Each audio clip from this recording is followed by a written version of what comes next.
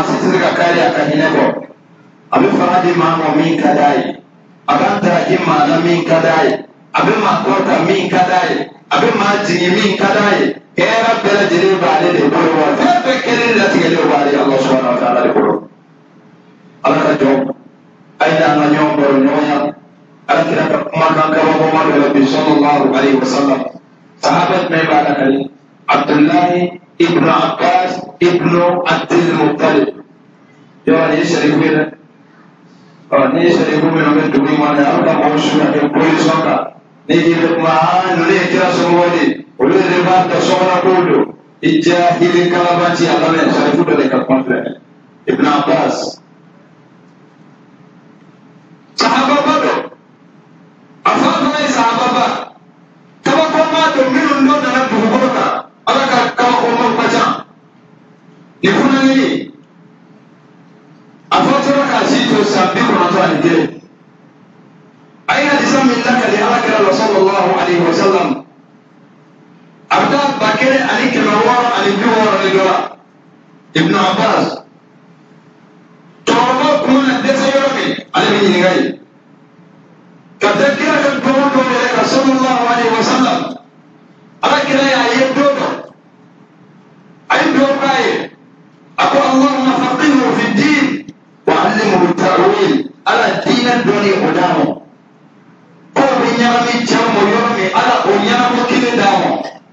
Ibn Abbas radiyallahu anhuma o de la Umar y'a ta k'a bila cɛkɔrɔbaw cɛ la n'a y'o bɛɛ ɲininka o hakilina na san 80 ni san 90 ni denmisɛnnin sigilen Umar b'a ɲininka ko Ibn Abbas e mun faamu kɔnɔ nin aya in na a bɛ maloya Umar b'a fɔ kuma kɛ a bɛ kuma dɔ fɔ cɛkɔrɔba bɛɛ sigilen bɛ kabakoya i ne kulonkɛ tɛ siko la ala jamana in kɔnɔ n'i k'e b'a fɔ min ma ko sirala ɲɛ b'a fɔ k'i wolola ka sɔrɔ ale bɛ e yɛrɛ ma woloba dɔ bɛ yan a kulonkɛ tɛ siko la o a kulonkɛ bɛ a bɛ ka min fɔ tiɲɛ de b'a kalo de don a kulonkɛ tɛ siyako la ayi a kulonkɛ bɛ jumɛn na mun bɛ ka fɔ a bɛ kisɛ ka waa tɛ kisɛ kan o Ibn Abbas ala ye kabako k'a ye kabako dɔ ye jumɛn ye a yɛrɛ de bɛ ka nin halisa in lakale ani minnu b'u disi gosi anw ye kira somɔgɔw ye anw y'a kɛ tan nka dugu in diinɛ bɔ a ɲagamina dɛ a ye bananin fɔ ni kira somɔgɔw y'a kɛ a ka ɲi baasi t'a la a ye bolo sɔn awɔ ni kira somɔgɔw y'a kɛ baasi t'a la ne ko kira somɔgɔya kɔrɔ a kɔrɔ Abu Lahab kun t'a somɔgɔya wuli o min tɔgɔ sɛbɛn Abdul Uzza o bɛ jahanama kɔnɔ o bɛ t'a somɔgɔya wa ninnu bɛɛ kun tɛ sarifu de wa somɔgɔya ye jumɛn ye palayisiw don adamadenya tɛ la sarifu don nka ala fɛ yen o ma kɛ sarifu ye parce que a ma sɔn ka tuma alakira kɔ sallallahu alaihi wa sallam n'i bɛ ka i yɛrɛ danbe k'i bɛ alakira fɛ i b'i yɛrɛ danbe ko ni alakira ye joli kelen ye kira ko a bɛ taa sira min fɛ e b'i ka ɲɛnamaya kɛ o la gosi cogo di kira ko a bɛ taa sira min fɛ munna e bɛ o baara n'i y'o baara se k'a lajɛ ni joli bɛ kɛlɛ walahi ni maa si tɛ kɛlɛ maa si tɛ juguya la abadan wa i k'a dɔn ni sarifukɛba in sarifu yɛrɛ n'o ye Ibn Abbas ye a y'i kanto a ko kuntu khalfa nabiyyi sallallahu alaihi wa sallam halisa kelen do dɛ nka a lamɛn kabako kuma diɲɛ bɛɛ de mago bɛ nin na bi kɛrɛnkɛrɛnnenya la Mali a ko kuntu khalfa nabiyyi sallallahu alaihi wa sallam i bɛ kabakoya yɛrɛ ka kuma de la wa i bɛna kabakoya alakira de la sallallahu alaihi wa sallam a ko don dɔ ale tun bɛ alakira kɔfɛ a kɔfɛ jumɛn na i n'a fɔ a nana halisa wɛrɛ la dɔw ye falenba dɔ ni alakira la sallallahu alaihi wa sallam hadiya ka don fali alakira bɛ yɛrɛ fali ka nabi ɲuman a bɛ tila ka Ibn Abbas ta k'a sigi a kɔfɛ Allahu akbar hali ye majigi da ye sa a yɛrɛ bɛ sigida min kan a bɛ maa wɛrɛ sigi a kɔfɛ a ye nin kɛ sahaba wɛrɛw la a ye Muazi sigi a kɛrɛfɛ a ye Usama sigi a kɛrɛfɛ alakira tun bɛ nin bɛɛ kɛ k'a yira maaw la silamɛ kan ka majigi cogo min ani k'i bɛ kɛrɛfɛ f'i ka nin ko ninnu de ladege e k'a lajɛ maa dɔ ka yɛlɛ so kan an k'a kɛ alimami ka yɛlɛ so kan walima fali kan walima a sigilen bɛ sɛji nin kelen kan a ka maa dɔ ta a woloden tɛ ani a tɛ fa la o tɛ ba la k'o sigi a kɛrɛfɛ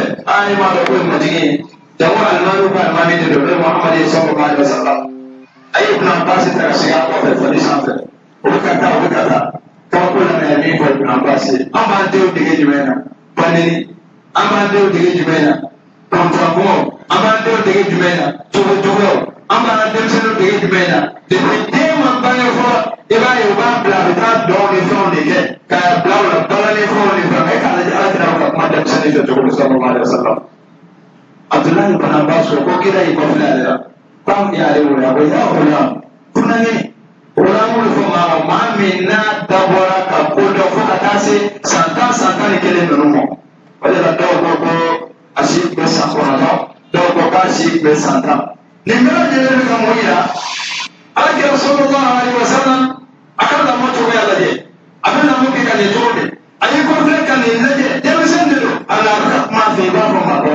ko ya wala kunani احفظ الله يحفظك على قرشي يا غلام هنا إني أعلمك كلمات نمن إلا الدنيا مكان ولا أتذكرك يعني فما يأتيني هذا يعني هنا أكمل فيه كما جاء هذا جمعت أبقى بوجود خير الأنبياء مقاما صلى الله عليه وسلم إني أعلمك كلمات نبني لدنيا مكان دولة تلقون كادر شيكا بارا احفظ الله يحفظك على قرشي دو على بقرشي أبي ميدا أبي ربني موكي وقت غير فعلي نما على قرشي على قرشي على بقرشي جولي أكيكا ميكي أوكي أكيكا ميكي أوكي بدوي يلقنا وقالي كبابو قولوا kama bodo de bi mali ko kafiriya kuma do fo baba al mo to bojo wala yani dam ala qur'an aya jela hadisa jela kire ta wiruka ala kire batia ela tame ha o mo nini ha o mo ge o samela aw ya keta o dine gelya ala ala kire ka mi fo ako ihfazillah yahfazuka ala qur'an ala bi qur'an ikala kire batia ala bi qur'an ka ko ya jela ala kelen bato ikala fara baraka ala bi sabo bedimo ala kika dayaro mi day ala de diye karabaye ihfazillah yahfazuka ala korosi ala bi korosi akorosi nyana akorosi dala akorosi duskuna akorosi ka tosi jalala akorosi ka tafobola akorosi tega menelina akorosi ikono bara la yemenduli minke halala ni haramu anyele ala korosi yahfazuka ala bi korosi من عمل صالحا من ذكر أو أنثى وهو مؤمن فلنحيينه حياة طيبة. نيبا من ما كنت تشهد وما مسؤول هي مؤمن لي. أنا بي بلو تقول معنا. أبي كرسي كل يوم يتنسو. كل يوم يتنسو. كل سلامكم بتدي. أنا بي أمود ما يقال أنا نتوزع كل بكي تكه. akana ko gera sa kala ya bene ngani ando akana ko tena danga sa anda mara la mo tura budara mo ko man yala imam saraki to ni baran na yufna ka fuyala yuna tasmala dugo man ya foto to tora we ma do ngoro ta gulu porta ka mo de ma yo so de kamu mo ta de sigale do tigi ka fuyala dia ayo bare no so sigale de ka fuyala ai ba ta ko ka fuyala banda mama atako ne mama yi tura muda mama yi kore ne fili abla yi fula ka fuli mama ka misini no o ki fula ka fuli ni ni yo bebe ne ni bebe ya adu mikle kala ne adu mikle kala kira ne sallallahu alaihi wasallam jami ma do ne ko ko dine yin bara moli ka mu ke mo nya lawo tewo abu be hina to ma do manana miskin hada dokambe kale kusebe do wale chela kusebe do wale bola kana ta sere sere mo chela de juru kusebe le ke chela ika fani tabla jufa kono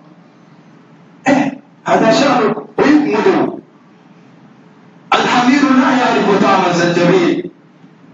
kalite jalo nyama ko la churu bide munafiki de alaka kiri ale de tafadolo ana do ka fo mo yodi kana da sere sere mo de wallahi juru sebe le ke chela eno be ka dine bari ala sewa dunia ko dunia ina to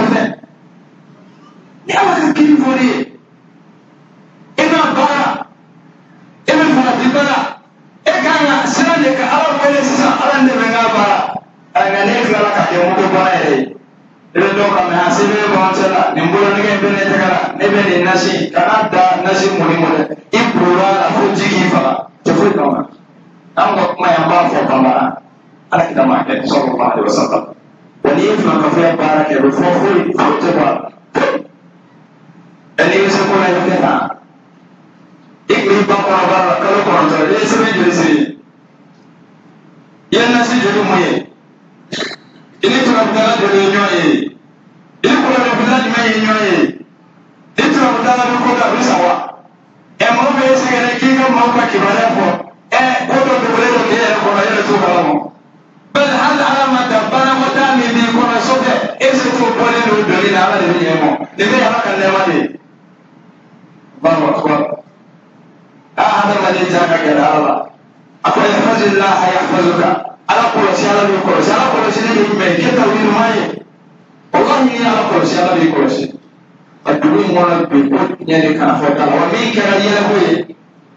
ka wɔn de ko kalontigɛlaw b'u ka kalo défense ta cogo min ɲɛfɔlɔ tɛ se k'u ka ɲɛ défense u ye kalo dilan k'a masiri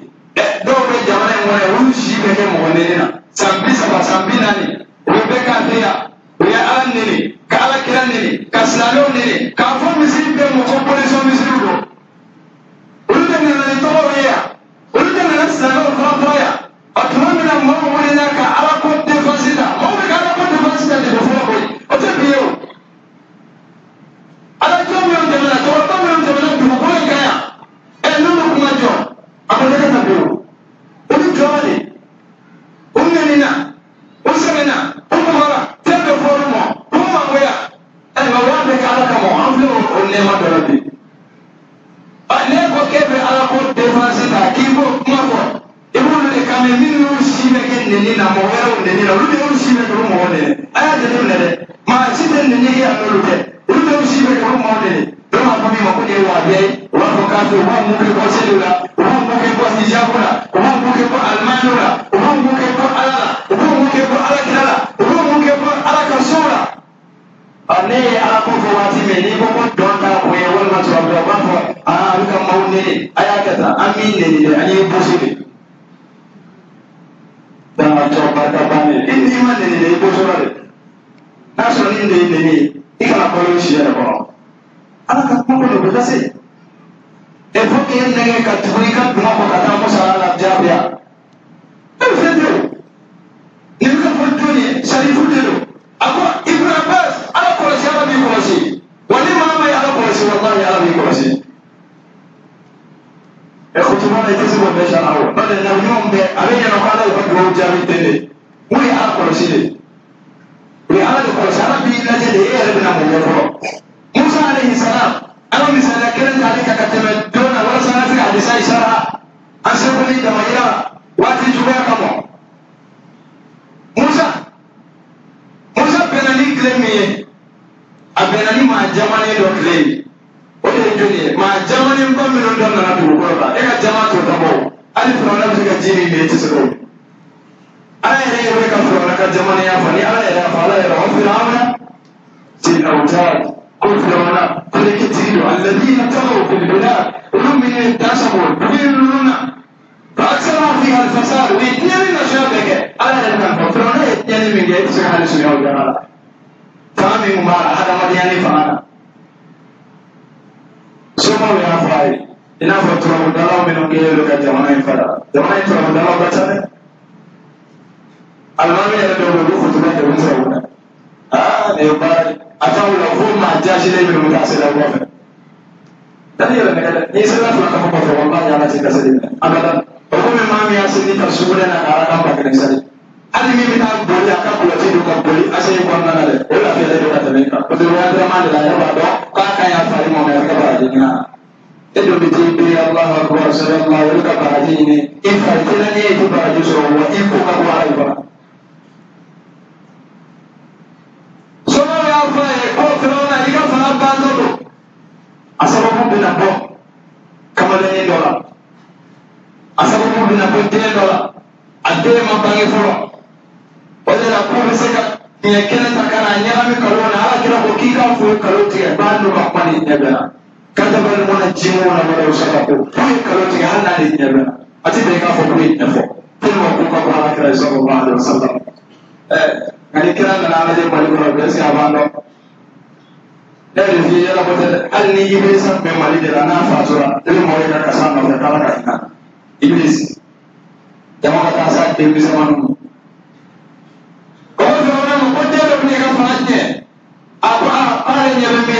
ministre fana ɲɔgɔn kan k'a ɲɛ bɛ min na sisan an ka denkɛw kan tigɛ ni denw de bangena n'o ye cɛ an b'o bɛɛ faga o bɛ yaala n'o ye muso min lajɔlen ye dɔrɔn o b'o suuli daminɛ ni muso min jiginna fana ye n'e den kɛra cɛ ye dɔrɔn a banna o bɛɛ de yɔrɔ kelen bɛ o b'o kɛ k'a kan tigɛ e nka maa fɛ ala ka bɔ wɛrɛ an b'o de fɔ kulenkɛlaw ye a ye wo ci aw misaliya ko ni wolo y'i jɔ k'i ɲɛsin tile ma ka wo ci i b'i da fara kule la dɔrɔn e tɛ se ka ala ka kuma wɛrɛ hali diɲɛ bɛ jɛra ka tugu i kɔ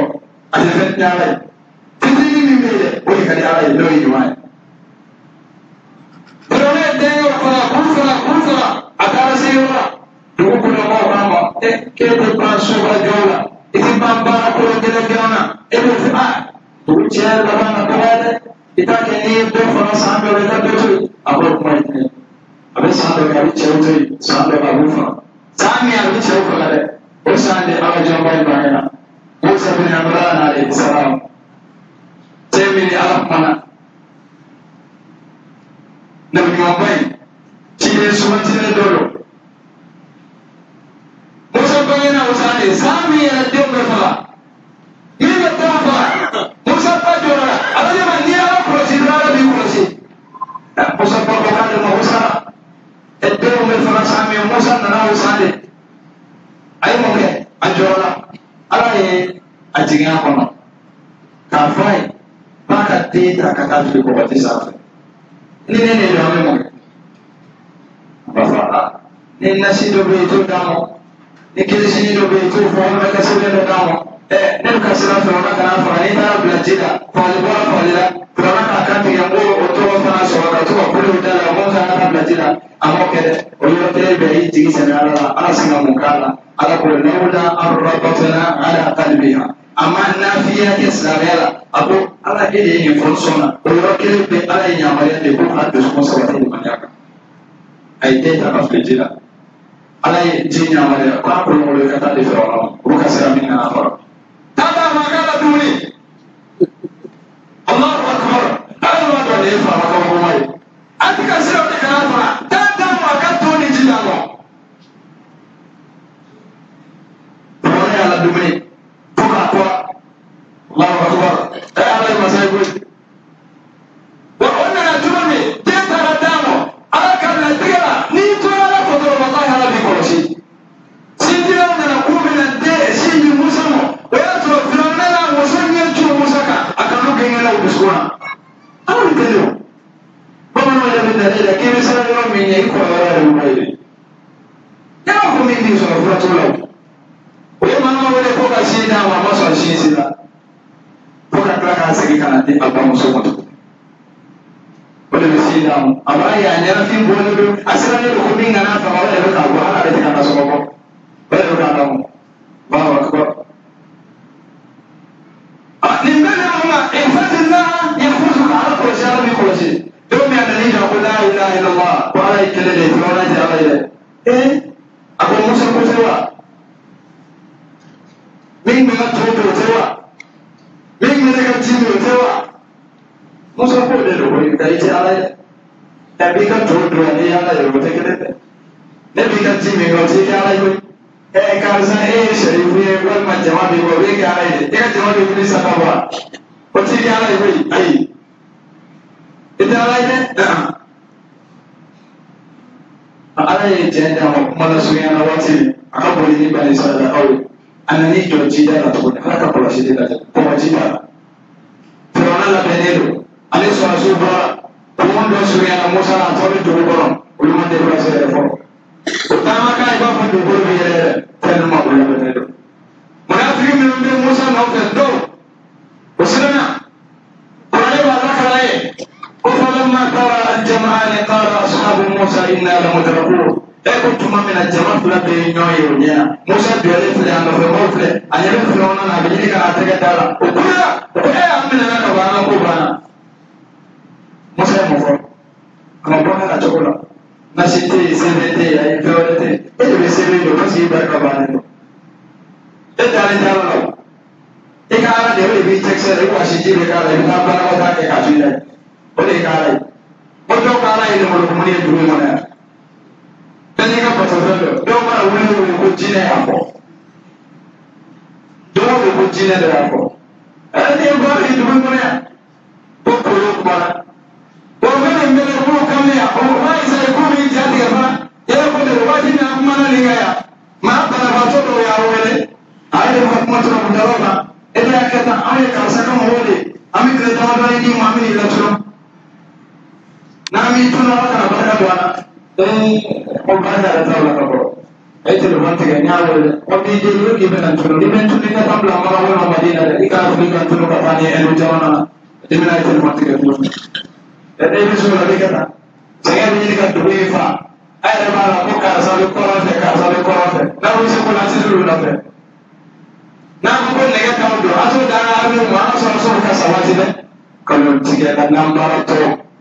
barkabane ma jashidon ka dubu beke na waida musa ko qala kalla afiyo inna man rabbi sayahdin nani tigi min yafa dalala o yakile be bele jara de ma bulu be ala ko kale wahayi jinga ko musa bere ke ka badi ko bada amana ni ngaw ala man ya bo male be ala ko chale ay ala te mo to ko tama no no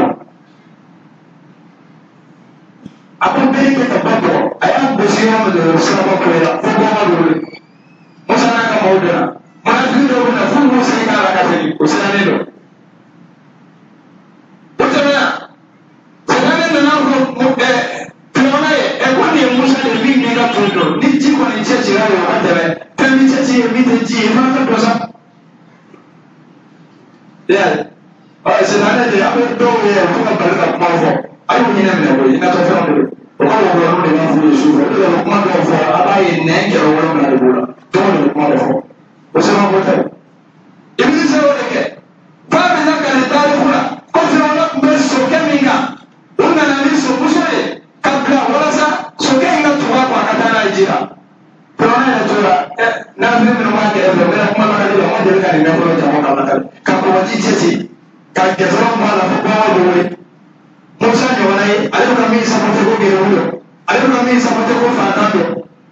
ini semua dosa ini awalnya. Abdullah yang mefase macam-macam waktu ni sosial ada surah darah. Aku pada sekarang kau di mana arah mami nane pernah di mana arah lakukan. Ane ia pun sudah lakukan. Jibril kata kali Allah Taala Sallallahu Alaihi Wasallam. Apa yang orang ini? Ku Muhammad ni Allah kata kono. Jibril ni dafari bola sampai aliyah sampai. Abe kana ko wata ka fiya da kono wala sa kana se ka la ila illa to ka to kasi am ka ba amini e ka fa ko ka bo e ka jama ko ka bo e fa dilla ayahfazuka ala qurasi arabi qurasi e fa dilla tajidu tujahaka ala qurasi ibe ala so ye wati bele ko ni mo do ala ni habi bila adoba ya ni tege da ko ka bi jalu ko ni bi fa woni kala woni ma fɔ k'e bɛ Hussein de wele hali n'i ye Hussein mɔkɛ wele n'o ye ala kɛra sɔn sisan n'i sara i taa tasuma na dɔrɔn ala ye k'ale da Hussein mɔkɛ yɛrɛ k'a kana fɛn wɛrɛ wele min tɛ ala ye dɛ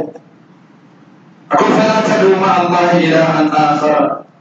fatakuna min al-mu'azzabin wa la tad'u min duni Allah kana fɛn wɛrɛ wele ka fara ala kan kana fɛn wɛrɛ wele k'o kɛ ala sina ye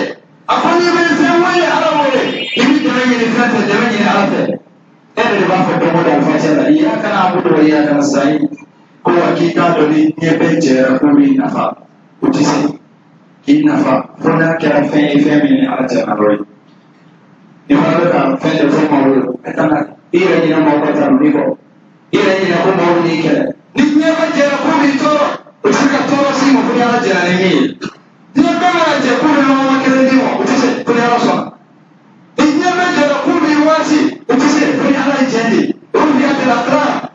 solution ambese bena kaba lafiya ambese benelo to kalamu ko tara asena gafe mina dabati mina utara kaba de sawole de mo ko mata e ni romna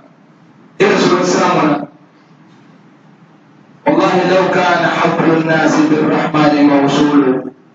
فما أهمهم لا قيل ولا قيل لا قال ولا قيل ناس عدم اليوم جريب بعلك والله كسرتك يقوم ولا فجولي كسرك الجول إنني نوى إتنوى إكسر يسأل يغضب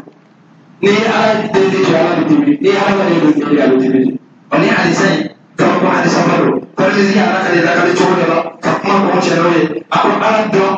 على كرسي على بين على جول سوري واتي ذلك أقول على الدم كيتون نويا على بين كيتون كذا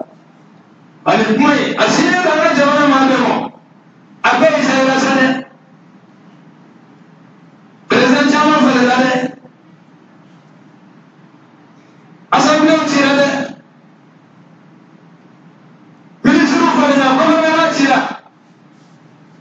parti politique ka chaiko kabako kaisi la fiana nawa amana de president na nyenawa domi president ko ko na ya amana misiri dɔw la ko n'a ye kuma bila ka nimisɔn dɛ cɛkɔrɔba dɔw bɔra u bɛ ɲini ka s'a ma k'an bɛ foto de nana k'an bɔ bolo de la cɛkɔrɔba mɔgɔ bɛ min bɛ yen an tulo b'a la dɔw fana bɛ k'a fɔ k'an mago bɛ irisiw la y'a fɔ i bɛ se k'i si kɛ k'i falen falen mɔgɔw ni ɲɔgɔn cɛ ko n'a kɛ jɔn ye i tɛ sigi ala ma dɔɔnin ولو أنهم أقاموا التوراة والإنجيل وما أنزل إليهم لأكلوا من فوقهم ومن تحت أرجلهم ناي على سبب الكل بتسسا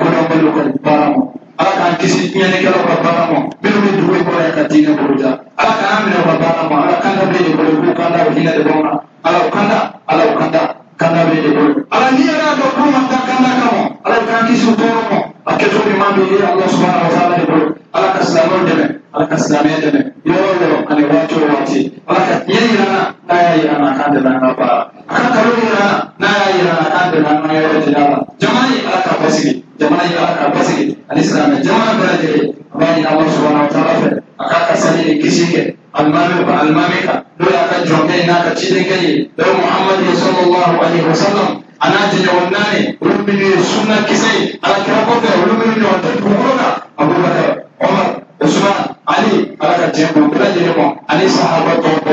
ani kira sɔngɔ kira ala ka tuba kɔ ala ka jɛ mu bɛɛ lajɛlen mɔ ani silamɛ ɲuman fɛn fɛn se ala kira sɛnɛ kɔnɔ ala ka hinɛ u bɛɛ lajɛlen na ala ka yafa bɛɛ lajɛlen mɔ